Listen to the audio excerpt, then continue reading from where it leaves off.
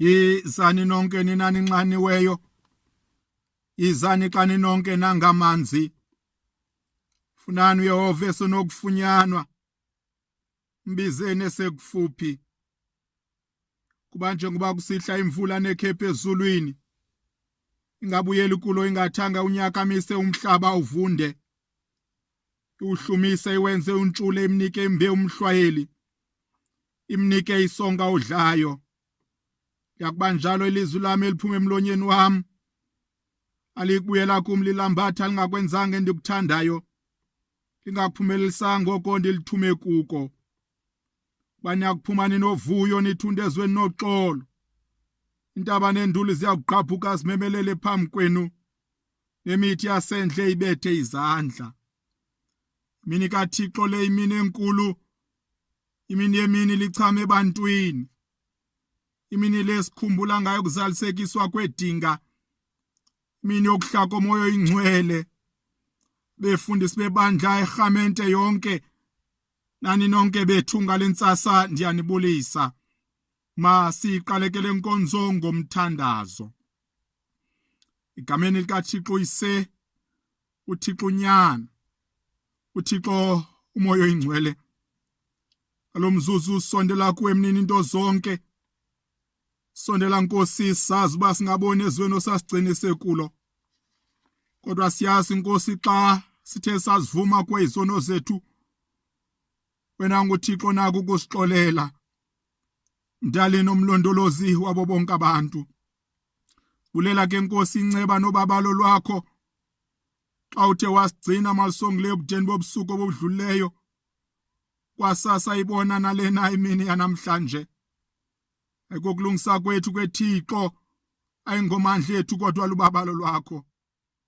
Siyazi ke Nkosi bakho nabo bangayibonanga le mini. Akho nto igwenxa abayenzileyo Nkosi ebangele ukuba bangayiboni. Koko mzali wethu nguwe waziyo, nguwe olawulayo. Thixo wabazali bethu.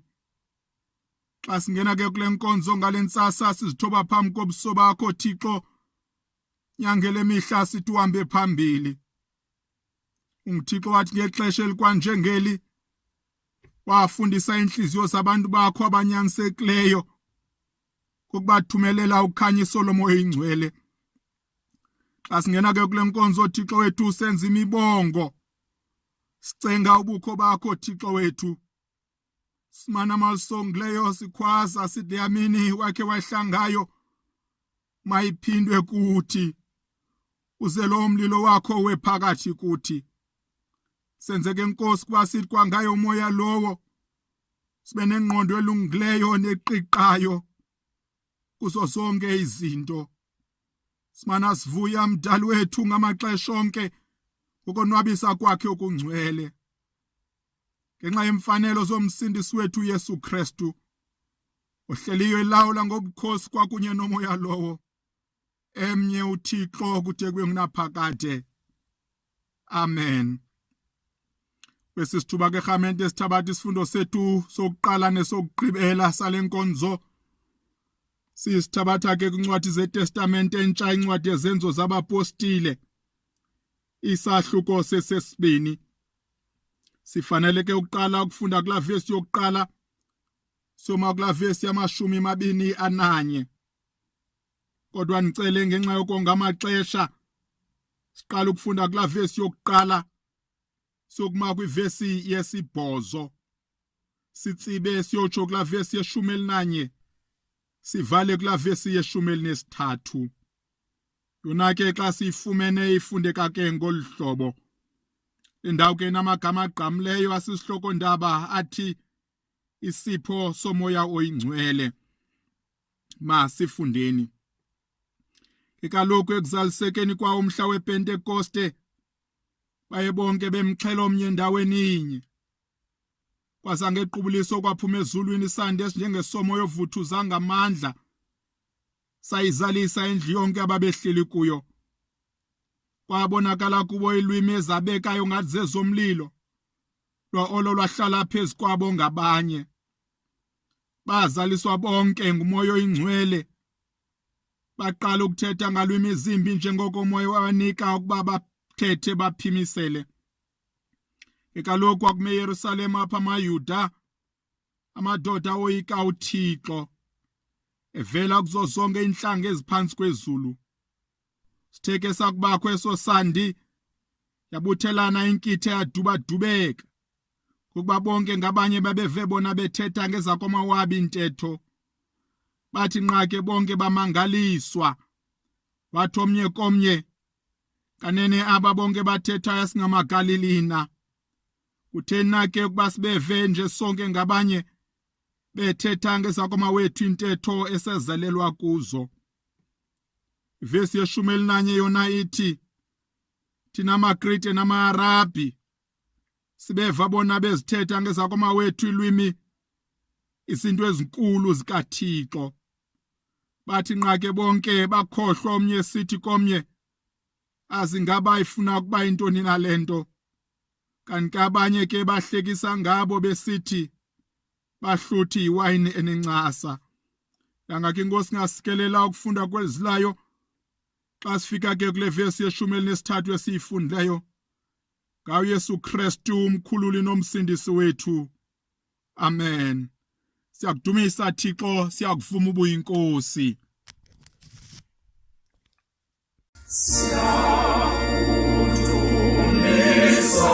Thixo, siyakuvuma ukuba unguYehova, umhlaba wonke ubhedesha wena, uyise ongunaphakade, zonke ingelosi zimemeza kuwe.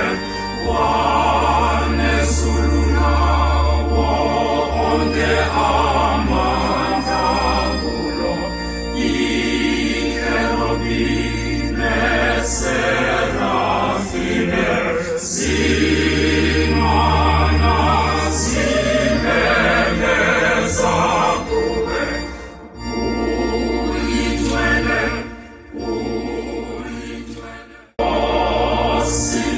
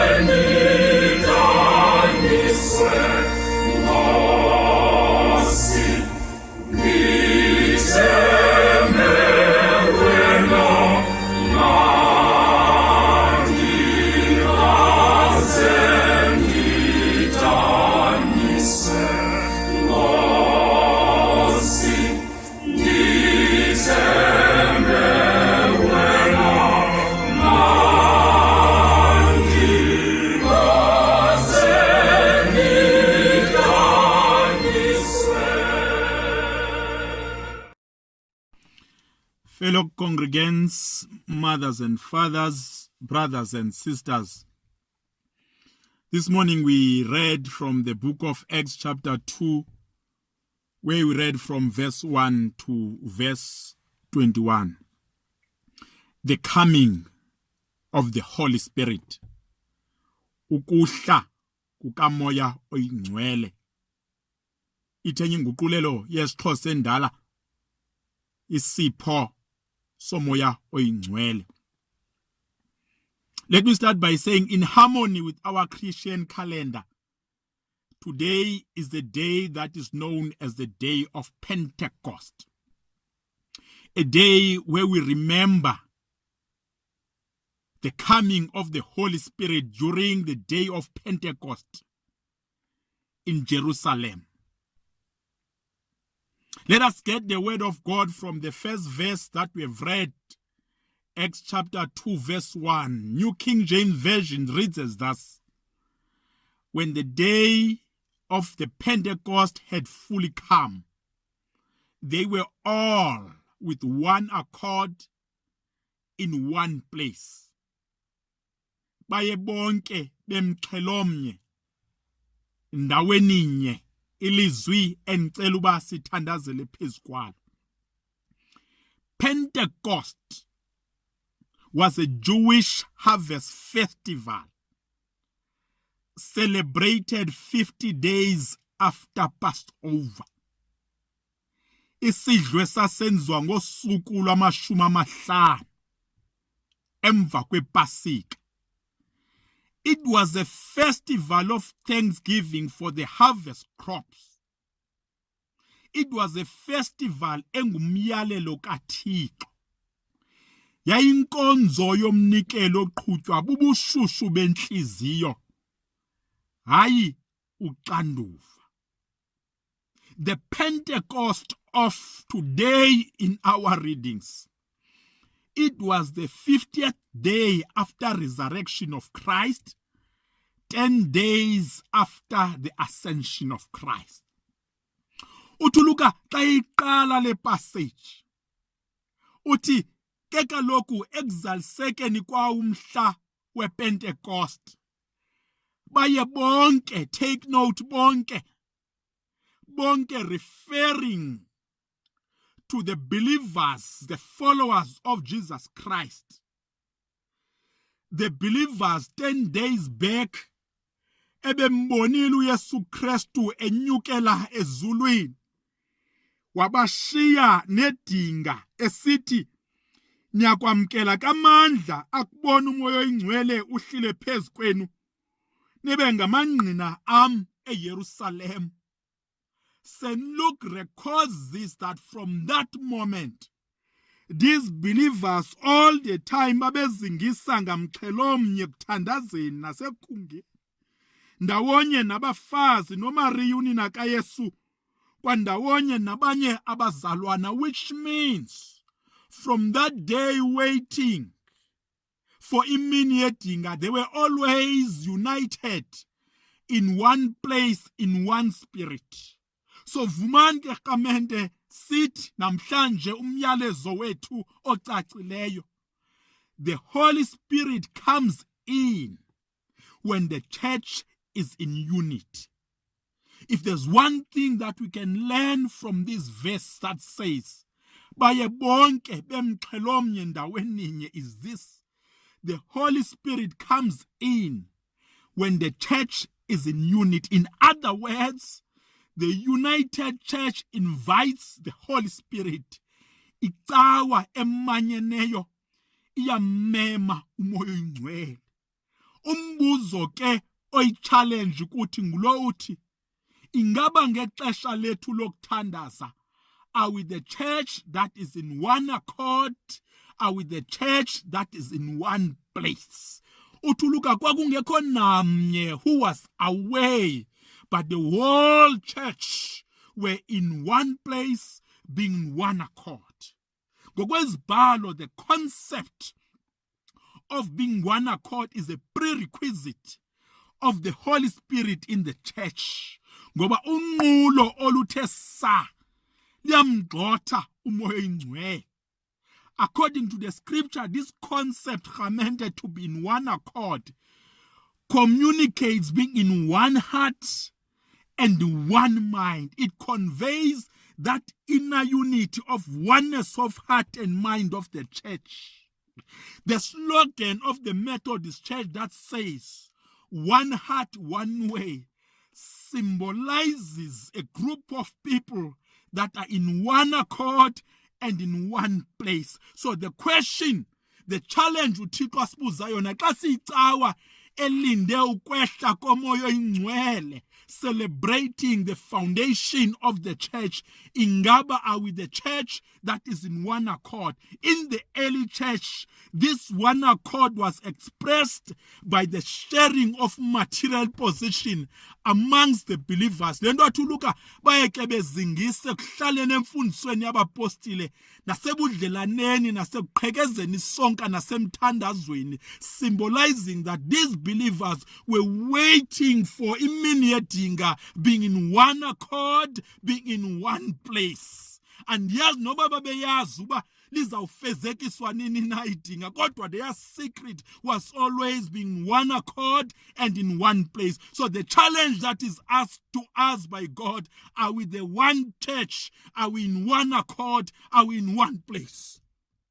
And when you look, Amanda, through the social medias, when week in and week out we're having clashes as the church in social media, we need to ask ourselves, are we the church that is one accord in one place, guided by the mission of God, the mission day? When other people who are not believers observing on what we are doing, are we attracting them or are we chasing them away? Do they have interest to join us or we are pushing them away by our actions? Are we in one accord and in one place? If we are not in one accord, the scripture says we will never receive the Holy Spirit, because Holy Spirit comes in when all of us were in one accord and in one place. Uza kwehla njani umoya oyingcwele xa ibandla lixabana? When the church is divided, sakwenza intsholo engamemiyo uThixo, kodwa intsholo ye-performance. Umoya oyingcwele bantwana bakaThixo will come only when are in one accord and in one place. So the focus, we must let the first thing be the first things. Undoqo abe ngundoqo, okusemqoka kube kusemqoka. That is to be the church that is in harmony, the church that is united, the church without dissent. Then the Holy Spirit will come down. Uthi ke xa edlula uLuka, they were not just only in one accord, but they are in one place. Omnye wayengahlelanga phaa, omnye hleli phaa ingathi zizimvu zingenamalusi, but all these believers were in one place. The only way as a church we can be in one place is to be only in Jesus Christ. That is why Jesus Christ in John chapter 7, emva komthendeleko weminquba wasadress isihlwele, wavakale sithi ukuba kukho othi unxaniwe makeze kum asele, lo ukholwayo kum njengoko satsho izibhalo kuya kumpompoza imilambo yamanzi aphilileyo iphuma embilini wakhe. Uthi kuYohane, Jesus Christ was referring to the Holy Spirit that those who believes in him were going to receive. Vumani ke ndithi indawo yokulinda amadinga ikuyo Yesu Kristu, remaining in him, being in one accord. Yiyo lento athi ngenye imini hlalani kum na ndihlale kuni, kuba ningekho kum aninokwenzanto. So friends, fellow congregants, the secret for waiting for the Holy Spirit is to be in one place and be in one accord. Ngokwezibhalo, according to the scriptures, no one will receive the Holy Spirit without being in Christ. Umoya oyingcwele sawufumana xa sihleli ndawonye kuYesu.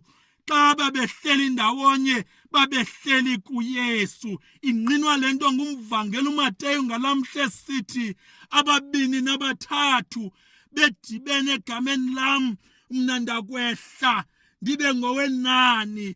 Take note, bedibene egameni lam through the mission of Jesus Christ.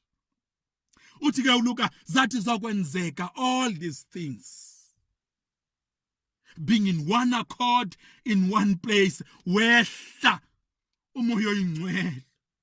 Umoya oyingcwele, amaGreek athi xa ethetha ngaye, he is homoousios, meaning is in the same substance with the Son and the Father. Ngamanye amazwi lathi bandla laba mxhelomnye laba ndawenye uThixo yena ngokwakhe wehla ngesiqu sakhe sesithathu esingumoya oyingcwele wababhaptiza kwazaliseka amazwi kaYohane kuba wayetshilo uYohane wathi mina ndibhaptiza ngamanzi kodwa uyeza lo uyanibhaptiza ngomoya oyingcwele nangomlilo. Fire represent the presence of God. As Holy Spirit, who is part of the Holy Trinity that exists in perfect unity and harmony. The Holy Spirit that makes us to be in perfect harmony as a church and the whole creation of God. The Holy Spirit that is another helper who teaches us, who directs us, who comforts us, who counsels us according to the truth, who is our advocate. The Holy Spirit who intercedes for us to God. The Holy Spirit who convicts us of sin and makes us holy, empowers us. We can receive that Holy Spirit only when you are in harmony, when you are united, when you're in one accord and in one place. So the question remains, are we the church that is in one accord, in one place? That is a question that we need to ask ourselves as individuals. Kasimane sithi sinqamela ukuhla kwakho moya oyingcwele, ingaba the foundation is in place to be in Christ who can help us to be in one accord. Ingaba sinqwenele nathina ukufumana lo moya oyingcwele. Note this comment. Gaske nendive. If we are serious about the church, if we're serious as a church about shaping tomorrow today, walking humbly with God, we need the strength of the Holy Spirit. And we need to be in one accord and in one place, guided by the Holy Spirit in Christ. Otherwise, we'll never be able to shape tomorrow today. The today is represented by the coming of the Holy Spirit. Uthi ke uLuka wathi wafika lo moya oyingcwele wabanika amandla okungqina ngobukhulu bukaThixo, wabanika amandla okwenza imimangaliso, wabanika amandla to attract the crowd, because the church that is guided by the Holy Spirit, evangelism happens automatically. Liyabatsala abantu, and we need to ask ourselves, is our church attracting people or pushing people away who are not believers?